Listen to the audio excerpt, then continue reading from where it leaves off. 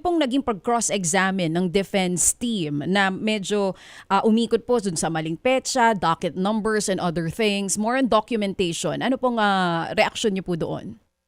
Okay. Well, kailangan ko mag-ingat sa sagot, no, dahil dun sa sub judice rule, dapat ang impeachment court ho ang magtitimbang sa bigat ho ng testimony ng witness. But ang pwede po naming sabihin dito is mahalaga ho yung naging tanong sa kanya, no, ni isa sa mga senator judges, no, kung nagkaroon ba ng epekto itong mga bagay na to sa kanilang conclusion, nagbago ba ang mga statements, no, ang mga threats na ginawa ng Vice Presidente. Sinagot niya na wala, no, hindi ho naapektuhan, hindi na diminish yung seriousness, yung gravity ng mga threats na ginawa, no. At ang tanong ho dito dapat, no, na kailangang pag-aralan at suriin ng ating mga kababayan, no, is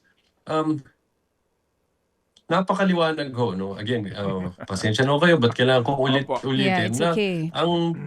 ng Vice Presidente mismo ang umamin na meron na siyang kasunduan, no, sa isang mamatay tao na patayin ang Presidente, First Lady, Speaker of the House. At sinabi pa niya, ito ay stressed, no, by Attorney Lotok, na sinabi pa niya, be relentless in doing it. Huwag mo silang tigilan, no, hangga't hindi mo mapatay, no.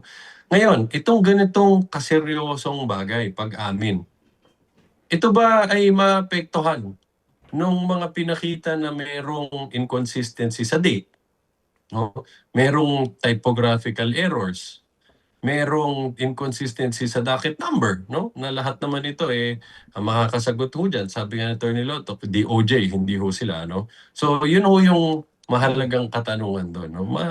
Ma-justify ho ba yan, yung ganong klaseng pag-amin dahil sa mga ganitong simpleng bagay na mga discrepancies?